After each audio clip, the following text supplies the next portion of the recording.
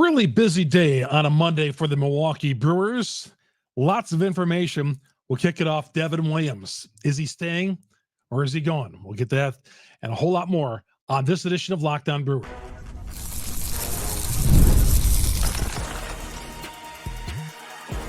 You are Locked On Brewers, your daily Milwaukee Brewers podcast. Part of the Locked On Podcast Network, your team every day.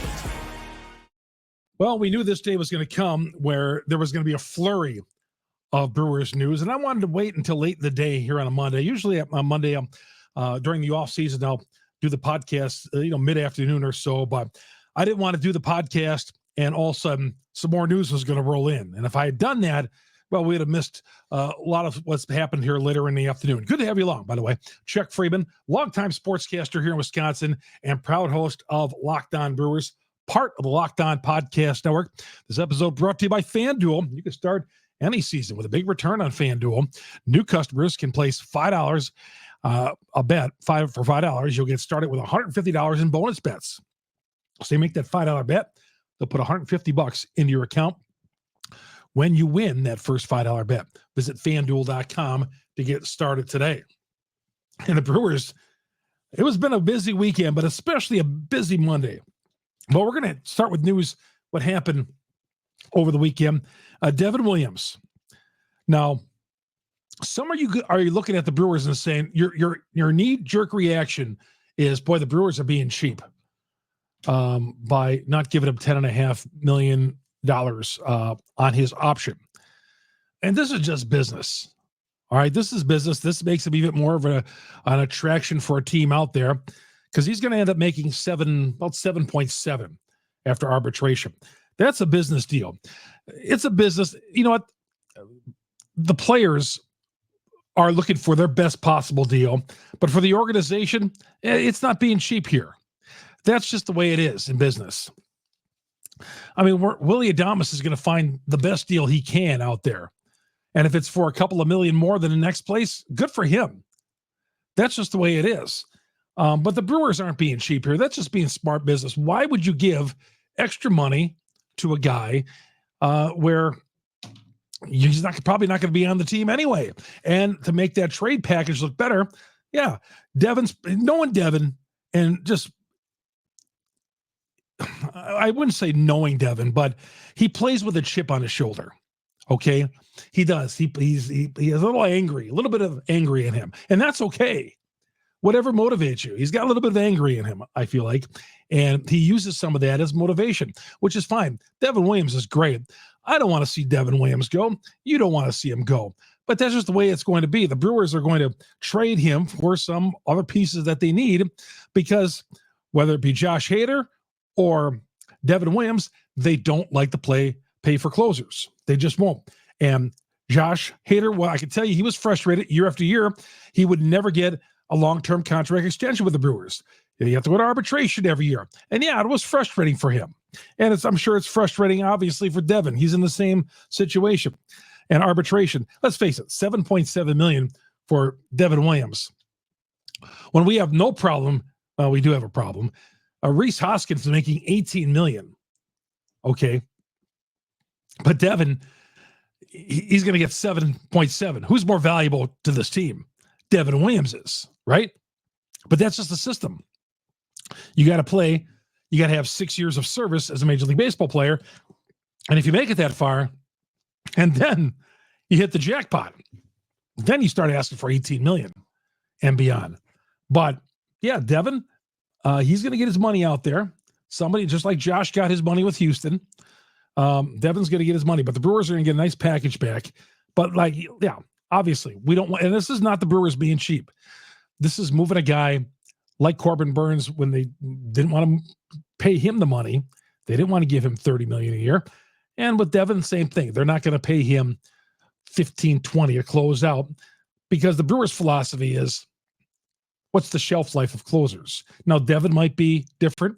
Josh, I think Hader is proving that he is a different type of closer. He's got some longevity there. But that's just the system. That is the system in Major League Baseball. Sometimes it works for the players. Sometimes it doesn't. In this case, Devin Williams, it does not work for him. The arbitration is going to be $7.5 million, $7.7 million. And if you could say that Rhys Hoskins is worth $11 more million than Devin Williams. But again, that's just the way it is. Devin is also going to make that kind of cash. He could have made more, but he missed part of the season. Let's face it, he missed half of the season. So he's going to get slotted a little bit more. That's going to cost him some money. But he's going to end up making his money somewhere down the line anyway, but it's just not going to be with the Brewers. So Devin Williams.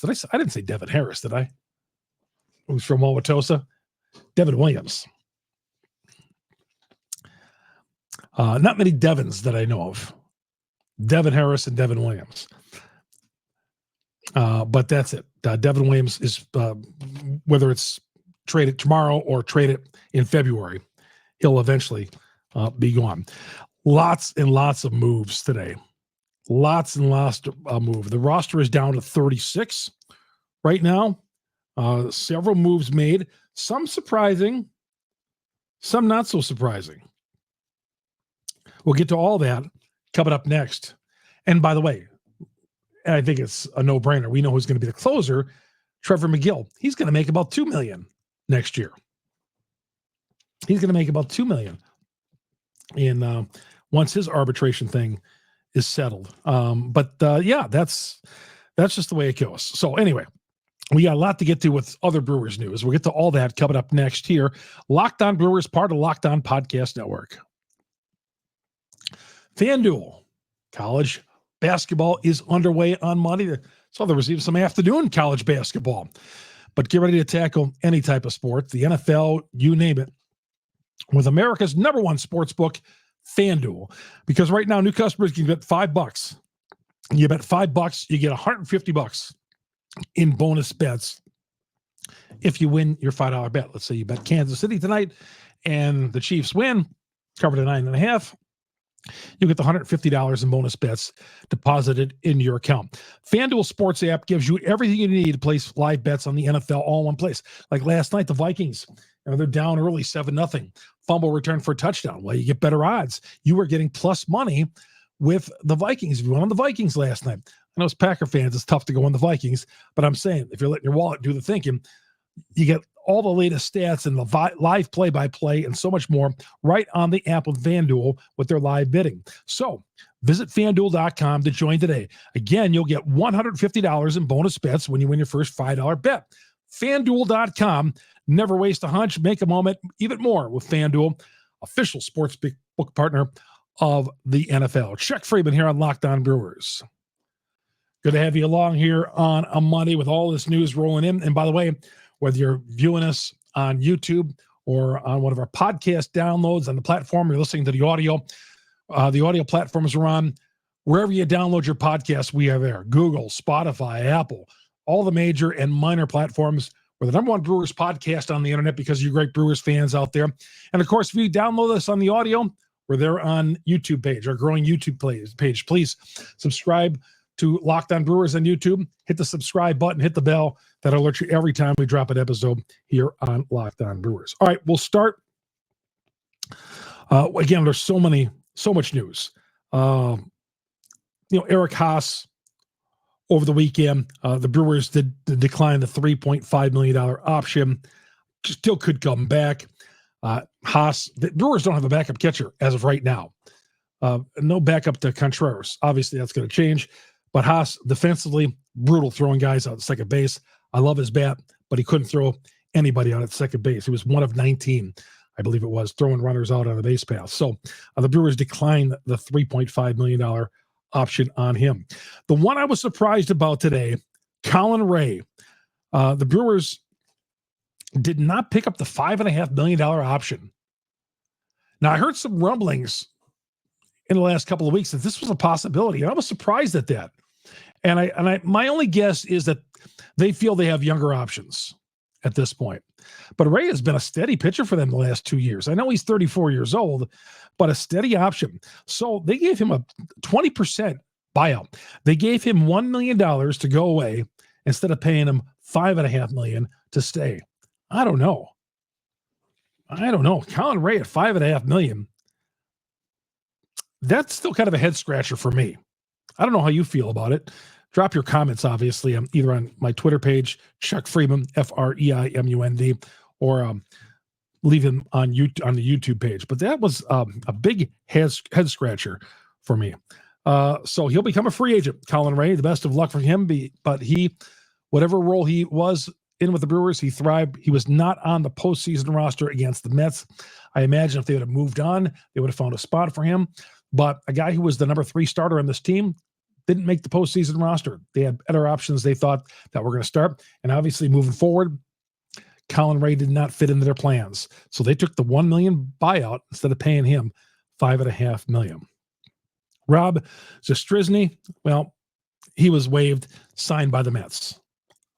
Frankie Montes, this was a no-brainer. Brewers weren't picking up the $20 million. So that option was declined. Frankie Montes becomes a free agent. Was good while he was here. I think the Brewers owed him like $2 million for declining the option. I think that's what it was. Here is 2 surprise moves to me. Really surprised, especially one of them. Bryce Wilson and Jake Bauers outrighted to Nashville off the 40-man roster. I thought Wilson, who's got some control by the franchise, that shocked me. I mean, Wilson thrived whether he was a starter and out of the bullpen. And I'll admit, when he first got here 2 seasons ago, I thought, because I saw him with the Pirates, and he wasn't very good, but he was very effective in the 2 years he was with the team, and especially this last year, when called on to start games out of the bullpen, whether he started or he came in after the opener, I thought he was terrific on the team. I mean, Wilson gave them some big innings. Young guy, I think he's 26. So that surprised me. Outrighted to Nashville, he becomes a free agent off the 40-man roster. Jake Bauers, who hit the big home run in the postseason, thought he'd be back. Outrighted to Nashville off the 40-man roster. So I thought Bauers, what he does defensively, can play a little outfield too. And then Wilson. Bauers, again, he was the left-handed option for Rhys Hoskins in the postseason and hit the home run. He pinch hit for Hoskins, but Bauers didn't have the greatest of years offensively. Hit like 11 home runs, I believe it was. I don't have that number right here, but Bauers and Wilson will not be on the team next year. Wilson really surprises me. Bauers, a minor surprise for me. Willie Adames. Well, everybody saw this coming. They gave him his qualifying offer of $20 million. That was a no-brainer because you got to do that so you can get your draft pick. You're always going to get the qualifying offer. But players never take that qualifying offer. There have been some in the past that have done it. Willie's not going to do it because he's going to play. This is where the system works for him. He's going to play the market and probably make more than that. And obviously have a multi-year contract deal. But the Brewers, as a technicality, $21 million it is actually. Well, they'll get the draft pick and a good draft pick, a conditional draft pick, compensatory pick, I think it's called, for the $21 million that they offered Willie. Hey, Willie, here's the money. No, you're not going to take it? All right, we'll take the draft pick. That's just a formality. And again, the Brewers would be a complete fool not to give him a qualifying offer. And then $21 million for Willie would be cheap. If he took that offer, it'd be just phenomenal. But obviously, it's not going to happen.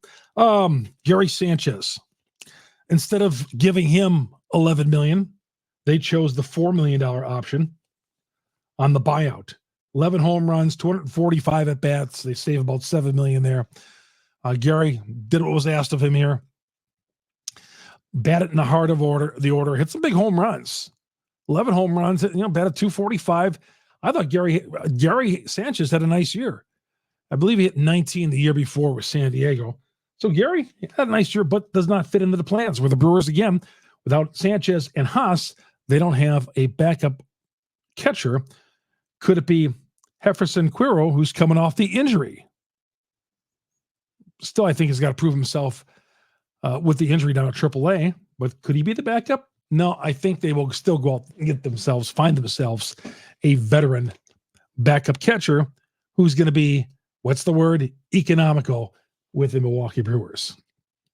But Gary Sanchez, we loved him when he was here. Good guy in the locker room. $11 million option. The Brewers said no, and no surprise, $4 million buyout. 245 at-bats for the team this year. Who else? Oh, Willie Peralta. Brewers picked up the $8 million option. That, again, was a no-brainer for them. Kevin Herget DFA'd, and the Mets picked him up. Boy, that's pretty much it. Of the moves. There were so many moves that were made today. That was it. Owen Miller over the weekend traded to Colorado for cash considerations. Owen Miller had a good May in 2023, but what do you have? 24 at-bats for the team this year. Spent most of it down at AAA. Owen Miller, smart player, good player. Now, I should say average player, but could come up with some big hits, but he's not in the future plans. Owen Miller, the kid from Ozaki, is not going to be on the team next year. He's going to play for Colorado. There was a name out there that was thrown out as somebody the Brewers would be interested in as a pitcher. Absolutely not. We'll tell you about that coming up next. Here on Locked On Brewers, part of the Locked On Podcast Network. We are your team every day. Good to have you along here. Chuck Freeman, Locked On Brewers, part of the Locked On Podcast Network. We are your team every day. Thank you, all you everydayers, all you guys who download this podcast. We're coming up with the news and breaking it down for you every day with some news and commentary. We are your sports columnists. Remember the days of the newspaper had the sports columnists? God, I miss those. I used to love it, man. You wouldn't read the game story as so much. You'd read the commentary. Whether it's Mike Bauman, Dale Hoffman, you name it, Tom Oates and the State Journal. The days of the sports columnists are done. And us as podcast hosts, we've become the sports columnist. I am the sports columnist for the Milwaukee Brewers. That's what I am. Writing, giving news, and giving commentary and opinions on some of this stuff. And sharing it with you fans and hearing your reaction as well. And by the way, you do find me on Twitter, Chuck Freeman, FREIMUND.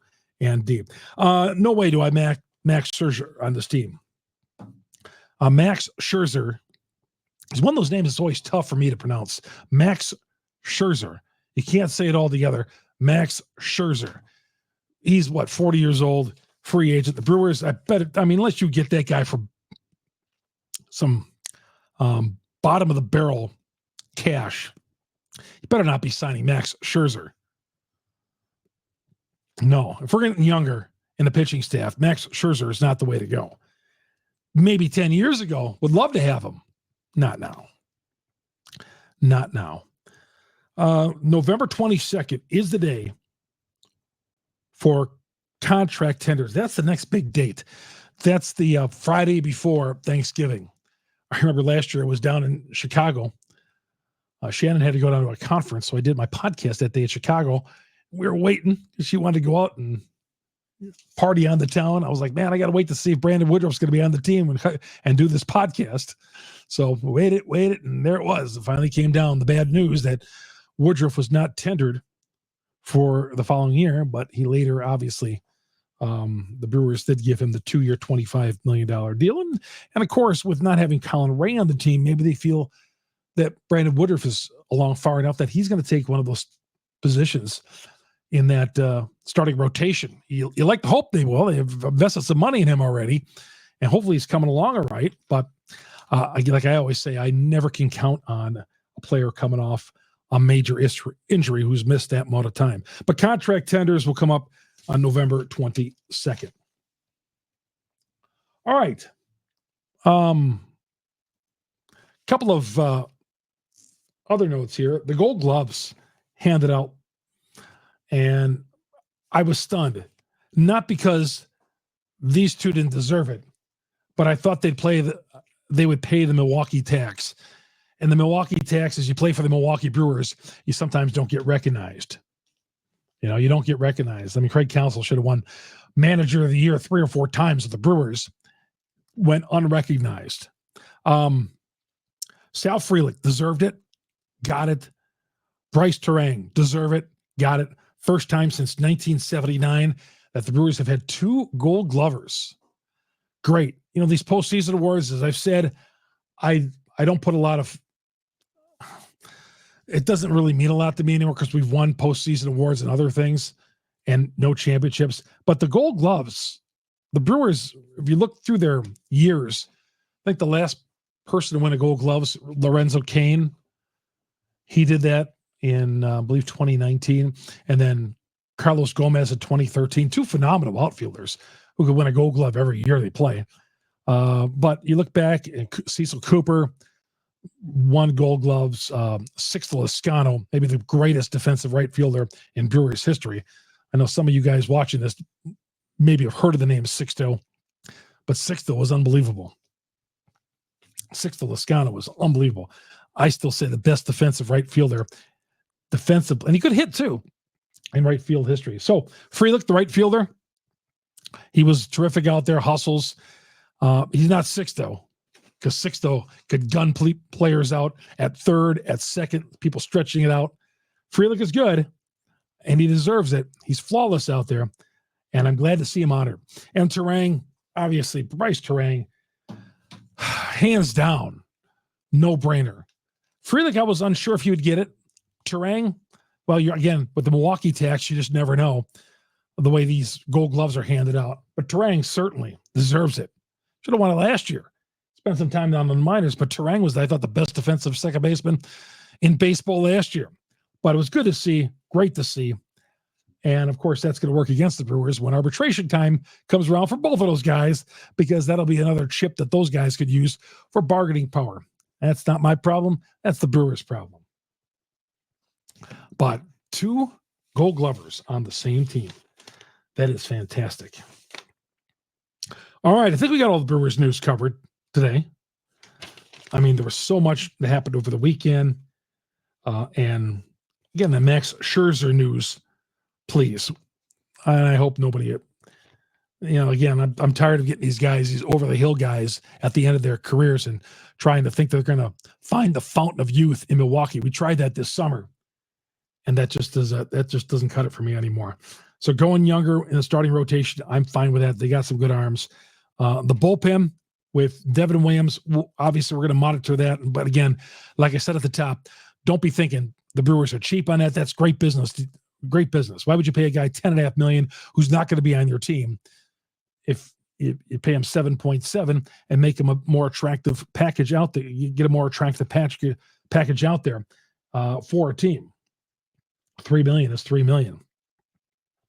And then Devin is going to hit it next offseason in free agency. But, wherever he goes, he'll be a value for somebody. Just like Corbin Burns was a value this past year at, $15 million for the Baltimore Orioles. And we'll see now that he tries free agency where he ends up. But with McGill closing, I think they'll be just fine. And who knows, Jacob Mizorowski, we'll see where he ends up. Could be the 8th inning. I think could be the 8th, 7th inning guy. We'll see how they bring him along. But I think Mizorowski is going to be on this team next year. I don't think he'll be the closer. I believe the opening day closer will be McGill, barring injury on any of these guys. Trevor McGill should be the closer on opening day. But I think the Brewers have several other guys out of that bullpen who could be really good setup guys. I have not given up on Uribe. Okay, have not given up on Uribe, who is down in the minors, coming back from the knee injury. I still think with the guy throwing 100, if he can find the plate, there's still a spot for him. But that's a big story to watch in the spring training. All right, that's going to do it. Locked On Brewers. Once again, everybody, thanks for joining us. We're here all fall and winter long, talking Brewers baseball with you on Locked On Brewers. When the news happens, we'll talk to you here long form on the podcast. I dropped those short videos like I did Friday when Rhys Hoskins did not pick up or picked up the $18 million on his deal. And that was a no-brainer as well for Rhys picking up the $18 million. We've talked about that for weeks. We knew that was coming. and the Brewers have their first baseman going into next year. An overpaid Rhys Hoskins. I don't want to hear that he was a great teammate. Yes, he was a great teammate. That's better than being a bad teammate. But production-wise, $18 million, he's got to do better than what he did in 2024. You get our podcast on Google, Spotify, Apple, wherever you download your podcast. That's where Locked On Brewers is. And please subscribe to our YouTube page. Go to YouTube, search Locked On Brewers, hit the subscribe button, hit the bell. Please support the podcast. All the content is free. We're talking Brewers baseball with you daily here on Locked On Brewers. My name is Chuck Freeman. Locked On Brewers, part of the Locked On Podcast Network. We are your team every day. So long, everybody. Have a great afternoon.